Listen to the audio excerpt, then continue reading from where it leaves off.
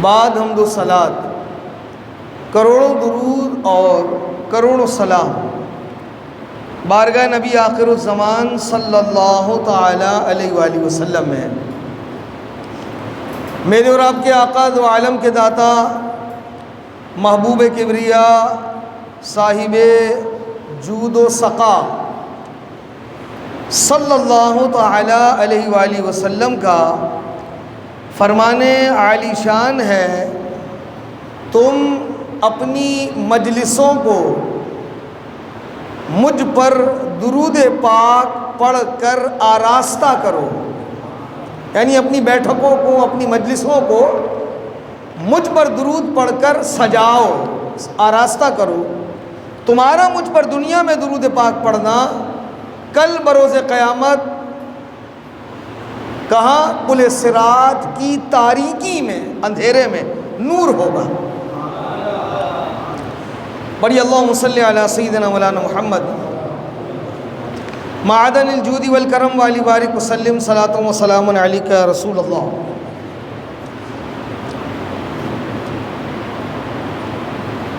طبرانی شریف میں امام طبرانی ایک حکایت نقل کرتے ہیں، صعصع، کیا نام ہے؟ صعصع، صاد عین صاد ہے بن ناجیہ۔ یہ سید عالم صلی اللہ تعالی علیہ وآلہ وسلم کے کاشانہ اقدس پر حاضر ہوئے، در دولت پر حاضر ہوئے۔ میرے آقا باہر تشریف لائے تو صعصع کہتے ہیں، اے اللہ کے رسول، مجھے اپنی غلامی میں قبول فرما لیجئے۔ اسلام حضور کی چوکھٹ پر آ کر خود قبول کیا۔ سید عالم صلی اللہ علیہ وسلم جلوہ افروز تھے، بارگاہ رسالت صلی اللہ علیہ وسلم حضرت صعصع اب صحابی ہو گئے، صحابی رسول حضرت صعصع رضی اللہ تعالیٰ عنہ عرض کرنے لگے، یا رسول اللہ صلی اللہ علیہ وسلم، ایک بات پوچھنی ہے۔ میرے آقا نے فرمایا، صعصع پوچھو۔ عرض کی ہے، اللہ کے محبوب یہ ارشاد فرمائیں کہ جب میں ایمان نہیں لایا تھا، زمانہ جاہلیت میں، جو میں نے اچھا کام کیا ہو، نیک کام کیا ہو، کیا اللہ رب العزت مجھے اس کا اجر عطا فرمائے گا؟ یعنی اسلام سے قبل اگر میں نے کوئی اچھے کام کیے ہوں تو کیا وہ اچھے کام رب کی بارگاہ میں مقبول ہیں؟ کیا مجھے اس کا اجر ملے گا؟ میرے اور آپ کے آقا دو عالم کے داتا محبوب کبریا صلی اللہ علیہ وسلم نے ارشاد یوں فرمایا، صعصع وہ کیا کیا تم نے؟ ہمیں تو بتاؤ۔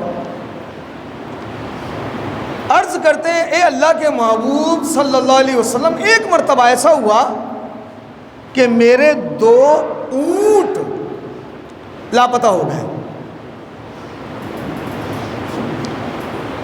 گم ہو گئے، ڈھونڈا ڈھونڈا ڈھونڈا نہیں ملے۔ اپنے تیسرے اونٹ پر سوار ہو کر میں اس کی تلاش میں مدینے سے باہر نکل گیا، حتیٰ کہ جنگل کے اس پار چلا گیا جہاں ایک پرانی آبادی موجود تھی۔ جب میں وہاں پہنچا تو وہاں ایک بوڑھے شخص کو دیکھا جو جانوروں کی نگہبانی کر رہا تھا، وہاں میرے 2 اونٹ بھی موجود تھے۔ میں نے جا کر کہا کہ بڑے صاحب یہ اونٹ میرے ہیں، تو اس بوڑھے شخص نے کہا کہ یہ چرتے ہوئے یہاں آ گئے، بہرحال تمہارے ہیں تو لے لو تم۔ کہا میں اس سے محو گفتگو تھا تو اس نے پانی منگوایا اور کھجوریں بھی آ گئیں. کہا ابھی ہم پانی پی کے کھجوریں کھا رہے تھے کہ بچے کے رونے کی آواز آئی. اس بوڑھے شخص نے بلند آواز سے پکار کر کہا یہ تو بتاؤ لڑکی ہوئی ہے یا لڑکا، بیٹا ہے یا بیٹی ہے؟ تو حضرت ساسا بن ناجیہ رضی اللہ تعالیٰ عنہ کہتے ہیں میں نے پوچھا اگر بیٹی ہوگی تو کیا کرو گے، اور اگر بیٹا ہوگا تو کیا کرو گے؟ کہا بیٹا ہوگا تو میرے قبیلے کی عزت بڑھائے گا، اور بیٹی ہوگی تو تمہارے سامنے ابھی اس کو میں زمین میں دفن کروا دوں گا. کہا جب میں نے یہ سنا تو میرا دل نرم ہو گیا، ایک دم میرا دل بھر آیا. کہا ایسا ہی کرو گے؟ کہا ہاں، اگر بیٹی ہوئی تو میں داماد کے آگے جھک کر اس کے نخرے نہیں اٹھاؤں گا. اور یہ ایسے ہی تھا. زمانہ جاہلیت میں جن کی اب بیٹیاں نہیں، یہ کچھ قبیلے تھے یہ عرب کے، جب بیٹیاں ہوتی نا تو انہیں یہ فکر لاحق ہوتی کہ ہم اپنے داماد کے آگے نہیں جھکیں گے. ان بیٹیوں کو وہ زندہ درگور کر دیتے. کہا حضرت ساسا رضی اللہ تعالیٰ کہتے میرا دل بھر آیا، اور میں نے کہا اگر بیٹی ہوئی تو واقعی ایسا کرو گے؟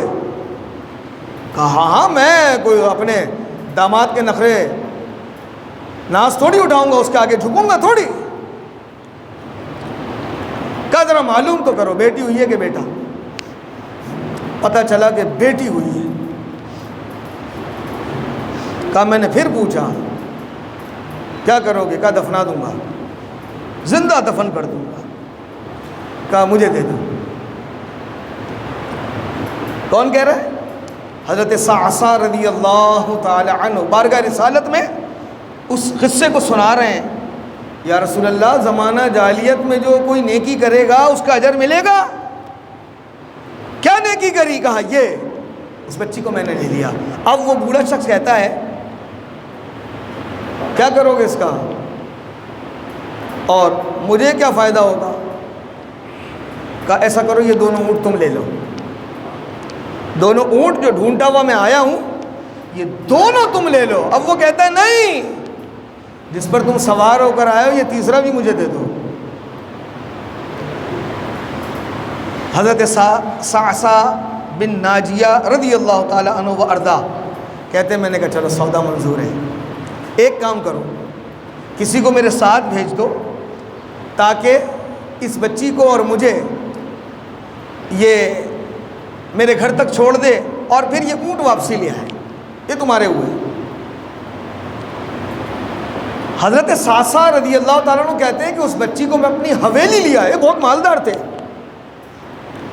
بدل میں ایمان آیا اور دروازے رسول کو کھٹکھٹایا. اے اللہ کے محبوب، آپ پر ایمان لانا چاہتا ہوں، اپنی غلامی میں قبول فرمائے. میرے آقا نے قبول کر لیا. تھے بڑے مالدار. اور امام طبرانی نے اس کو نقل کیا اس واقعے کو. کہتے ہیں میں اپنے حویلی میں لے آیا اور جو کنیزیں تھیں، خادمہ تھیں، ان کے حوالے کر دیا. کہا اب جب میں صبح اٹھتا تو وہ بچی میرے اوپر گرتی، میری داڑھی سے کھیلتی، مجھے بہت اچھا لگتا. اب مجھے چسکا لگ گیا. اب میں ڈھونڈنے لگا وہ کون کون سے قبیلے ہیں جو اپنی بیٹی کی پیدائش پر غمزدہ ہوتے ہیں اور ان بیٹیوں کو زندہ دفن کر دیتے ہیں. کہا اے اللہ کے محبوب، میں نے 360 بچیوں کو مختلف قبیلوں سے لے لیا. 360 اور 3 اونٹ دیتا گیا اور لیتا گیا بچیاں. 360 بچیاں اے محبوب خدا میرے گھر پر پل رہی ہیں. اب سوال یہ ہے اللہ کے محبوب، کیا آپ کا رب میری یہ نیکی تو میرے جہالیت کے دور کی ہے نا، کیا اللہ قبول کرے گا؟ کیا اجر دے گا؟ توجہ، محبوب خدا علیہ الصلوۃ والسلام نے جب سر اٹھایا نا تو میرے آقا علیہ الصلوۃ والسلام کی ریش مبارک آنسوؤں سے تر تھی۔ میرے آقا علیہ الصلوۃ والسلام نے گلے سے لگایا حضرت سعد رضی اللہ تعالیٰ عنہ اور ان کی پیشانی کو چوما، بوسہ دے کے ارشاد فرمایا اللہ نے تیرا یہ عمل قبول کر لیا جبھی تو تجھے ایمان عطا فرمایا۔ تو کریم، تیرے محبوب کریم، دو کریموں کے درمیان یہ بندہ تیرا۔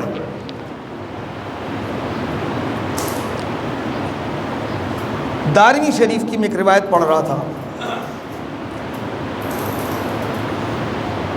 ایسی جہالت آپ دیکھیں کہ آج بھی ایسا ہے۔ 2005 کی بات ہے غالباً، جو کشمیر اور دیگر علاقوں میں توجہ فرمائیں، بس جہاں جگہ مل جائے نا وہیں بیٹھ جائیں۔ یہ کرسیاں ہم نے اسی ترتیب سے لگائی ہیں کہ جہاں جگہ مل جائے وہیں رکھ لیں، ہے نا۔ بہرحال توجہ، تو سید عالم صلی اللہ تعالیٰ علیہ وآلہ وسلم نے اس روایت کو، اس رواج کو، اس رسم کو یکسر ختم فرمایا۔ بیٹیوں کی محبت لوگوں کے دلوں میں ڈال دی، بیٹیوں کو دفع۔ تو میں بتا رہا تھا نا سن 2005 میں جو پنجاب اور سرحد کے مختلف علاقوں میں شدید زلزلہ آیا تھا، یہ اسی وقت کی بات ہے، اور یہ آن دا ریکارڈ ہے کہ ایک شخص کی 5 بیٹیاں، اور اس نے اپنی گھر والی سے کہا اب تو امید سے ہے نا، اب اگر بیٹی ہوئی نا نہ تجھے چھوڑوں گا نہ اس بچی کو چھوڑوں گا، اور بیٹی ہوئی۔ اس ظالم نے اس تڑپتی ہوئی ماں کو بھی نہ دیکھا اور اس زندہ بچی کو پریشر کوکر میں ڈال کے چولہے پہ چڑھا دیا۔ علمان الحفیظ، اسی وقت وہ پریشر کوکر پھٹا اور انہی لمحوں میں زلزلہ آیا، اس کا اپنا گھر پھٹا اور وہ زمین میں دھس گیا۔ نعوذ باللہ من ذالک۔ اللہ کے بندو، بیٹیاں یہ اللہ کی بہت بڑی رحمت ہے۔ ایک ایک نعمت، ایک ایک نعمت کے بارے میں پوچھا جائے گا، ایک ایک نعمت کے بارے میں ذرا ان سے پوچھیں جو بے اولاد ہے۔ قرآن مجید فرقان حمید میں اللہ رب العزت ارشاد فرماتا ہے، سورہ شورا کی 49 اور 50ویں آیت مقدسہ دیکھیں آپ، فرماتا ہے للہ ملک السماوات والارض، اللہ ہی کے لیے آسمانوں اور زمین کی سلطنت، وہی مالک ہے۔ اناسوں ویہب لمن یشاء الذکور، جو چاہے پیدا کرتا ہے، جسے چاہے بیٹی عطا کرے، جسے چاہے بیٹا عطا کرے۔ پھر فرمایا او یزوجہم ذکرانا و اناسا ویجعل من یشاء عقیما، جسے چاہے بیٹی عطا کرے، جسے چاہے بیٹے عطا کرے، اور جسے چاہے دونوں عطا کرے۔ وَيَجْعَلُ مَا يَشَاءُ عَقِيمًا، اور جسے چاہے بانچ کر دے۔ اس کی تشریح میں لکھا ہے کہ اولاد کے قابل ہی نہ ہو، اولاد ہی نہ عطا فرمائے۔ اور پھر فرمایا اِنَّهُ عَلِيمٌ قدیر، بے شک وہ علم اور قدرت والا ہے۔ اور یہ تو تقسیم میرے رب کی ہے، تو وہ بیٹی عطا کرے یا بیٹا عطا کرے یا دونوں عطا کرے۔ جو لوگ اولاد سے محروم ہیں، ان کے دل سے تو پوچھیں ان سے، اولاد نہیں ہے۔ ہمارے ایک بزرگ فرماتے اگر اللہ نے اولاد کی نعمت سے محروم کیا ہے نا تو کثرت کے ساتھ توبہ استغفار کریں، کثرت کے ساتھ۔ کہا کیوں؟ کہا رب اپنی نعمت ایسے نہیں روکتا، استغفار کریں، کثرت کے ساتھ کریں۔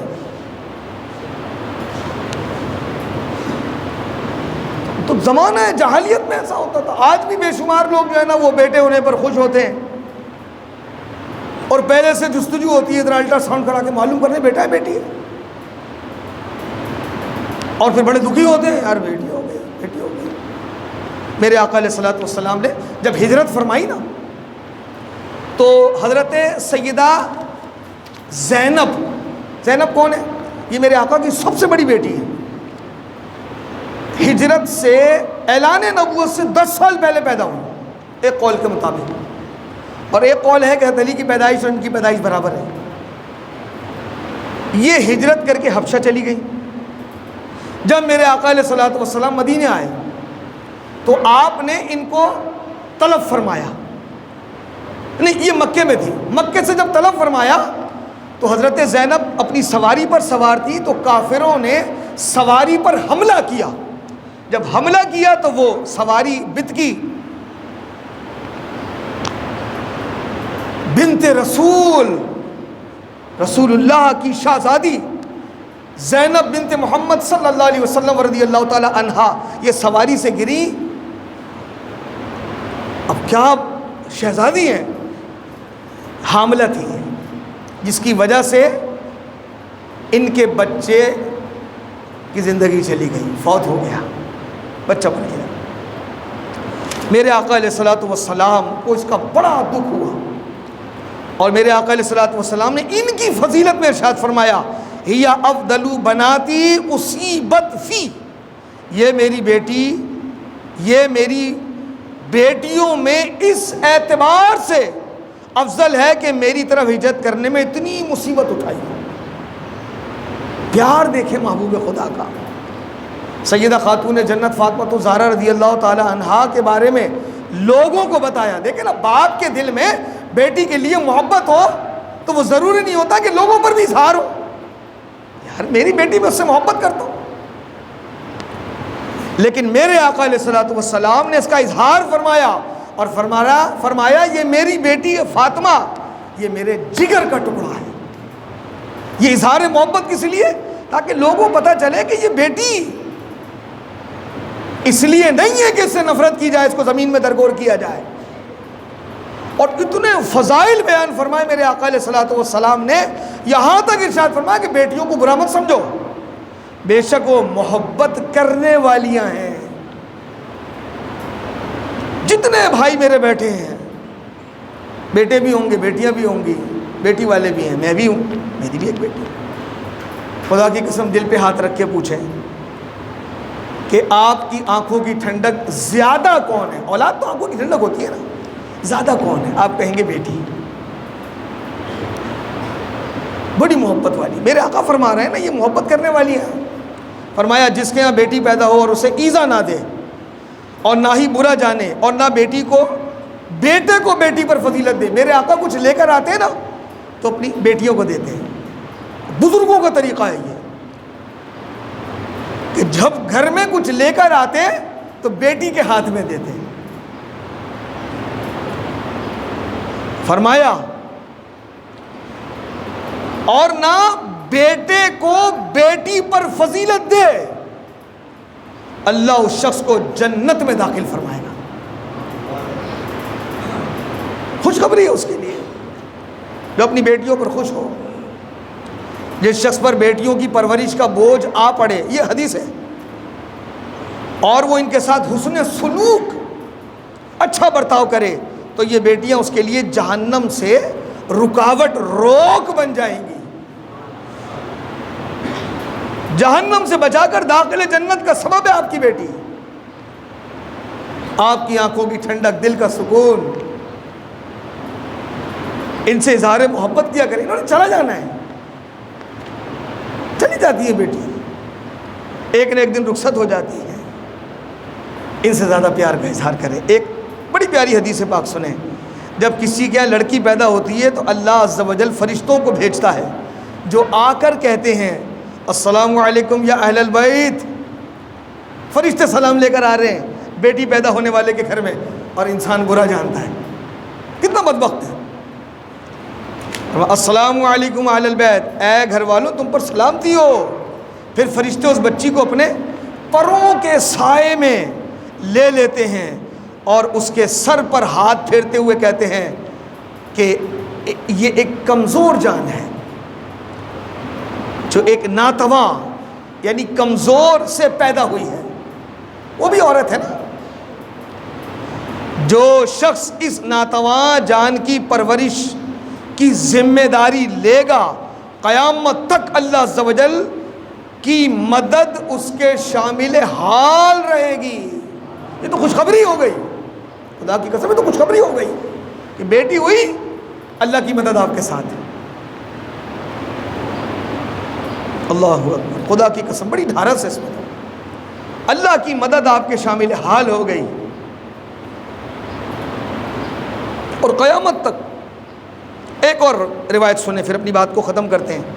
جس کی 3 بیٹیاں ہوں، میرے آقا کی کتنی بیٹیاں؟ 4۔ سب سے بڑی زینب، پھر کلثوم، پھر رقیہ، اور پھر سیدہ کائنات خاتون جنت فاطمۃ الزہرا۔ شعیب علیہ السلام کی بھی بیٹیاں، کئی نبی ہیں جن کی بیٹیاں ہی بیٹیاں۔ فرمایا جس کی 3 بیٹیاں ہوں اور ان کے ساتھ اچھا سلوک کرے تو اس کے لیے جنت واجب ہو جاتی ہے۔ عرض کی گئی 2 ہوں۔ صحابہ تو سوال کر کے نا، خدا کی قسم قربان ہونے کو دل چاہتا ہے، سوال کر کے ہمارے لیے رستے کھول دیتے ہیں۔ آقا 2 ہوں؟ میرے آقا علیہ الصلوۃ والسلام نے فرمایا 2 ہوں تب بھی جنت واجب۔ عرض کی گئی اگر 1 ہو؟ فرمایا اگر 1 ہو تو بھی اس کے لیے جنت واجب۔ بیٹیوں والوں، تم خدا کی قسم تم بڑے خوش نصیب ہو، اللہ نے تمہیں اتنی بڑی دولت سے نوازا ہے۔ جو تمہارے گھر میں آنے کا، لوٹ کر آنے کا مقصد ہے، تمہاری آنکھوں کا ٹھنڈک ہے، تمہارے دل کا سکون، چین ہے۔ کچھ لایا کرو تو بیٹی کے ہاتھ میں دیا کرو۔ لاتا گھر والوں کے لیے، یہ انسان سب کے لیے لاتا ہے، لیکن اس کا دل بڑا ہو جائے گا، اس کے ہاتھ میں دو۔ اور واقعی بیٹیاں جتنا باپ کے قریب ہوتی ہیں نا، بیٹے نہیں ہوتے۔ بار اللہ رب العزت کروڑ کروڑ رحمت نازل فرمائے حضرت ساسا بن ناجیہ رضی اللہ تعالیٰ پر کہ انہوں نے 360 ایسی بچیوں کی پرورش اپنے ذمہ لے لی کہ جن کے خاندان گھر والے ان کو زندہ زمین میں دفن کر دیتے تھے۔ مکہ مکرمہ میں باب فہد سے غالباً جیہون جنت المالا کی طرف جاتے ہیں نا، وہ 4 دیواری آج بھی ہے۔ لاسٹ ٹائم تو ہم نے نہیں دیکھی، پتہ نہیں گئے، لیکن پہلے دیکھی ہے۔ وہ جگہ آج بھی محفوظ ہے کہ جہاں اپنی بچیوں کو دفن کرتے تھے۔ اللہ رب العزت ہماری بچیوں کو ہماری آنکھوں کی ٹھنڈک بنائے، ان کے نصیبوں کو اچھا کر دے، ان سے ہر دکھ تکلیف دور فرما دے، اور ان کی پرورش میں اللہ ہماری مدد فرمائے۔ آمین بجاہ سید المرسلین وما علیہ الا البلاغ۔